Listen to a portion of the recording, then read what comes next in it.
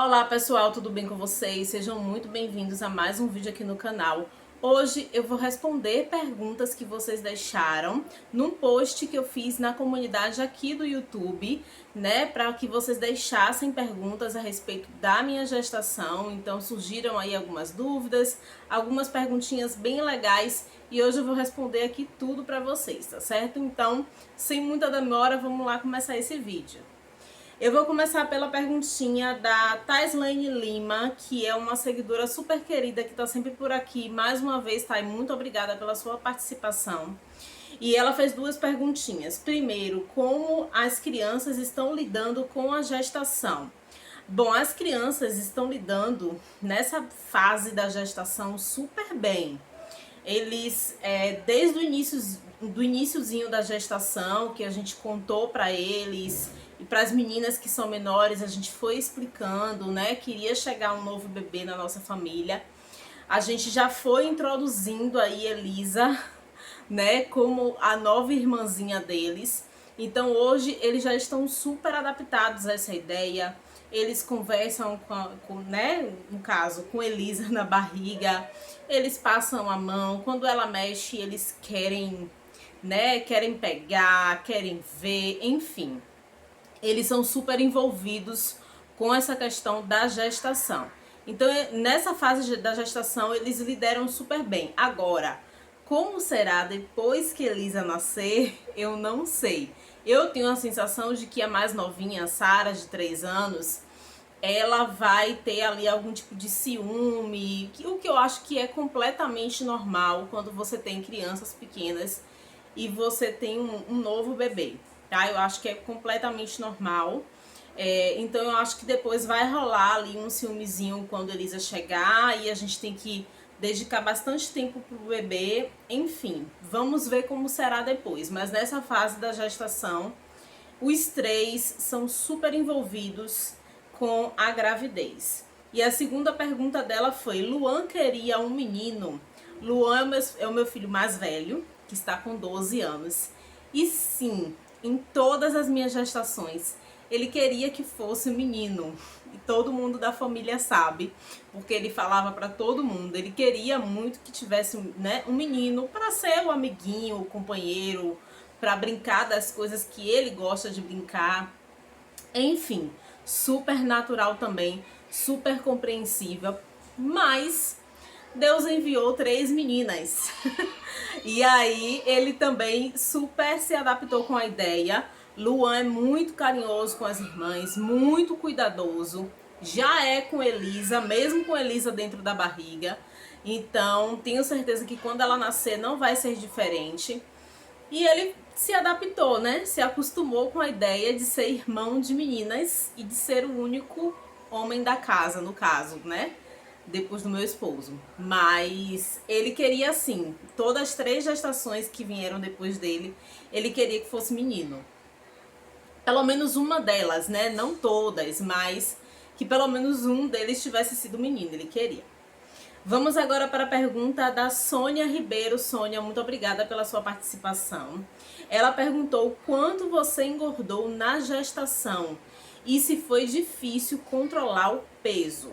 Bom, hoje eu estou com 35 semanas e eu engordei no total de 10 quilos, tá? Foi difícil controlar o peso, sim, porque no início da minha gestação eu estava engordando muito rápido. Eu engordava basicamente quase 2 quilos a cada mês.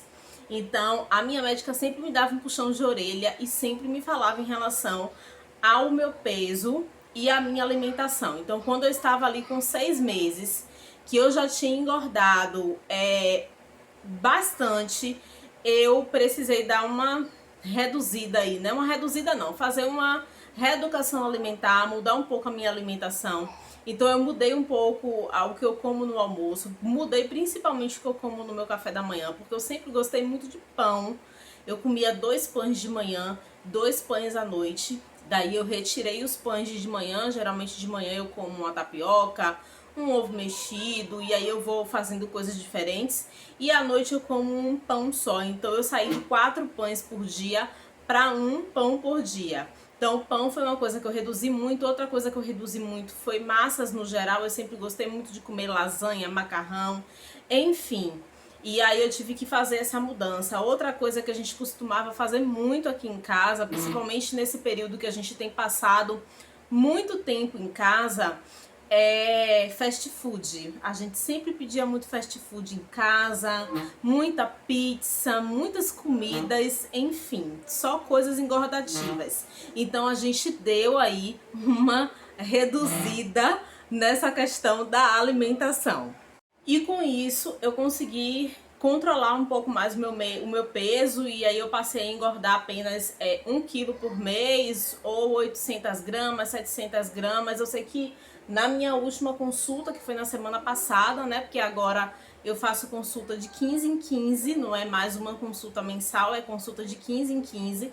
E daí na minha última consulta eu já tinha engordado no total de 10 quilos, sendo que eu já estava muito acima do peso antes de engravidar, tá? Eu já estava extremamente acima do peso, já estava bem gordinha, bem cheinha antes de engravidar, e daí quando eu engravidei só fez mesmo aumentar o ganho de peso muito mais rápido, mas nesse finalzinho da gestação, a partir do 6º mês, eu consegui aí dar uma controlada mais na questão da alimentação e consequentemente melhorar o meu peso, né? Eu ainda vou engordar até, de fato, Elisa nasceu, ainda vou engordar aí alguma coisa, mas, enfim, eu acho que eu não vou extrapolar muito do máximo, não.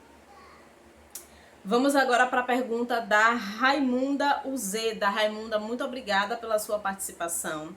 Ela perguntou: você trabalha com o quê?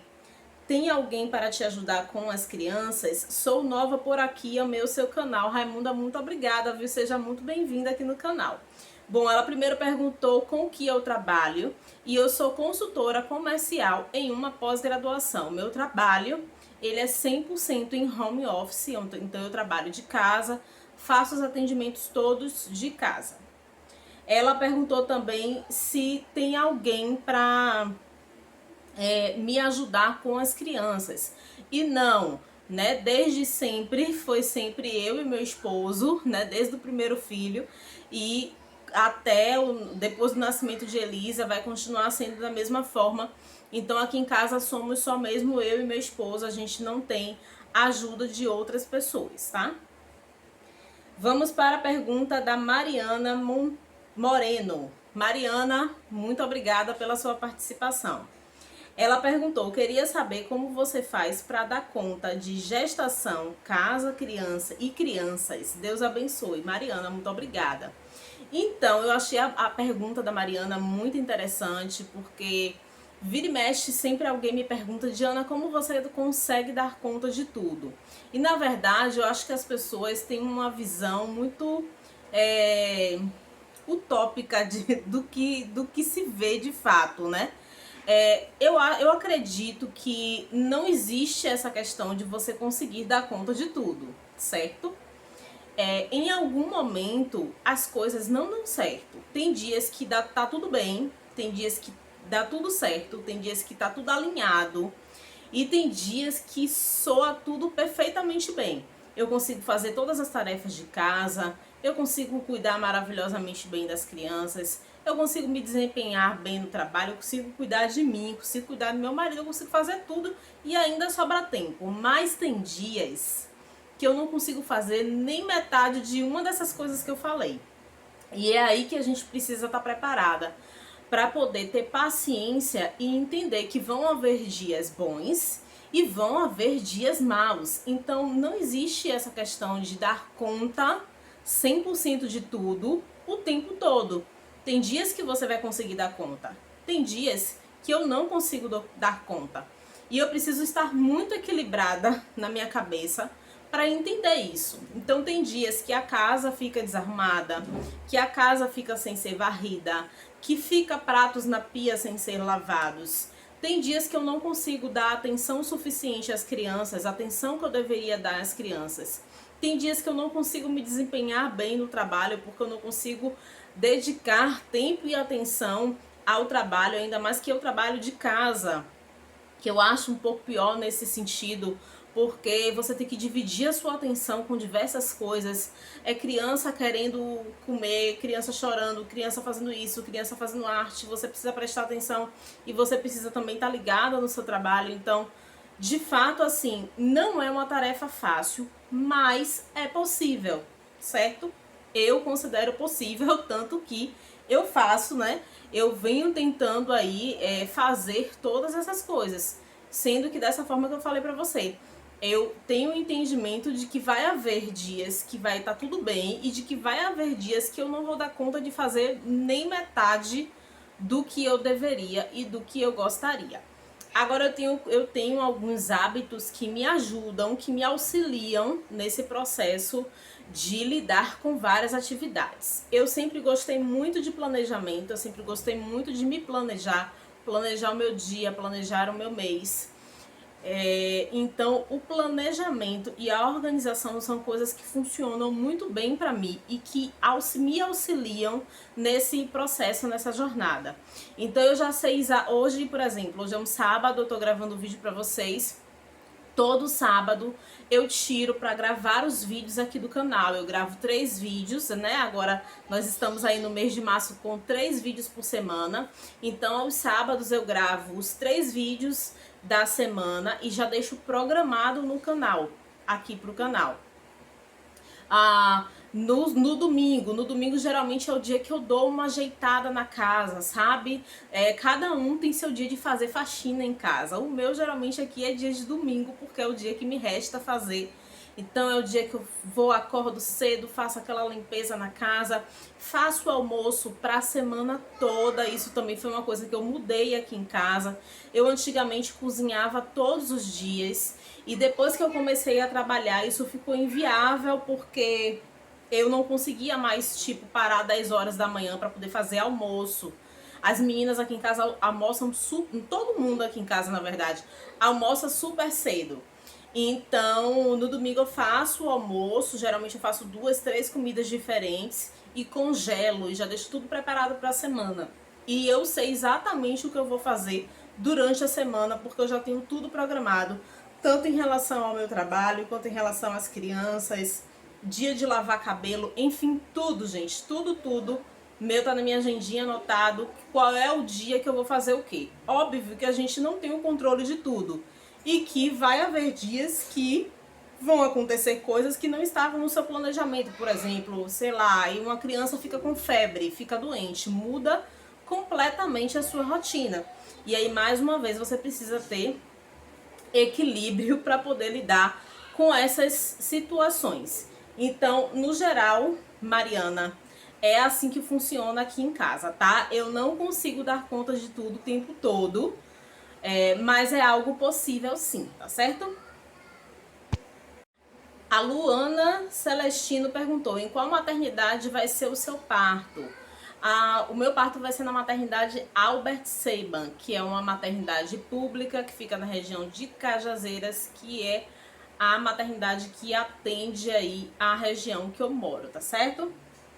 Cristiane Almeida, que é outra querida que tá sempre por aqui no canal e também lá no Instagram. Inclusive, se você não me segue lá no Instagram, aproveita e me segue, que é o @ideias práticas da mamãe, que eu tenho postado muita coisa por lá também, tá bom?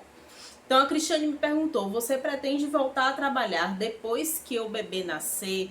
E sim, Cristiane, eu vou voltar a trabalhar quando Elisa nascer. Na verdade, eu ainda estou trabalhando, certo?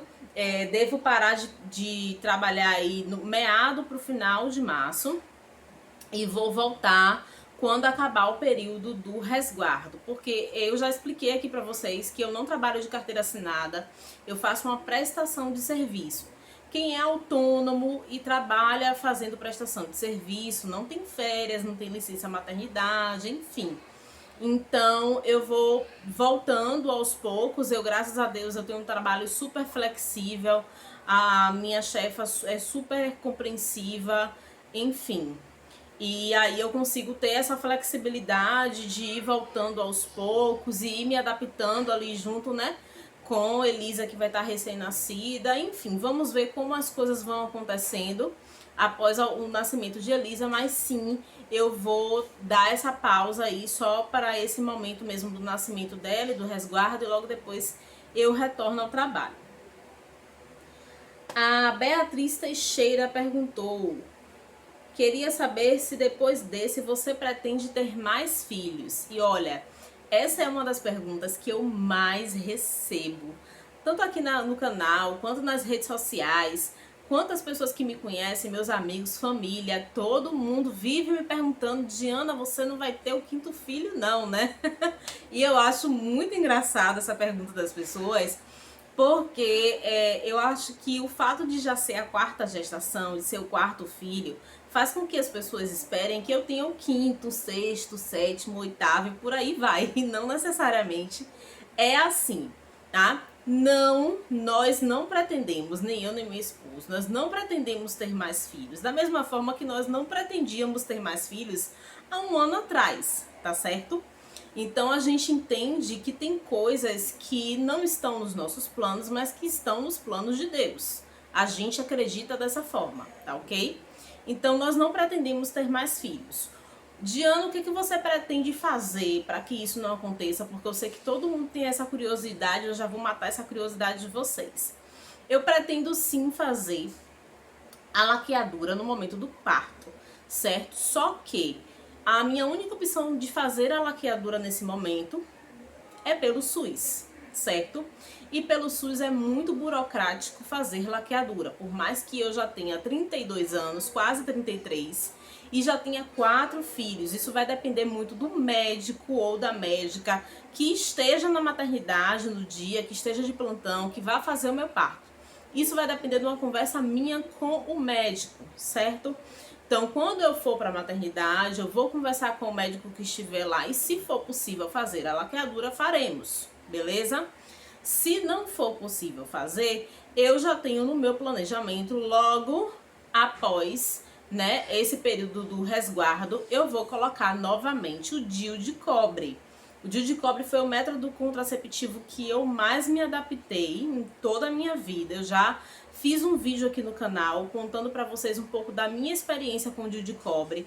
Eu fiquei com o DIU de cobre durante 7 anos, que foi entre o meu primeiro filho e a minha segunda filha. Eu tirei porque nós planejamos a segunda gravidez, então eu retirei para isso. E como eu falei para vocês, foi o método anticoncepcional que eu mais me adaptei. Eu usei pílula entre a minha segunda e a minha terceira gestação, e eu engravidei usando pílula. E da minha terceira para minha 4ª gestação eu tomava injeção de 3 meses, que é uma coisa que eu não volto a fazer nunca na minha vida, porque foi péssimo para o meu corpo.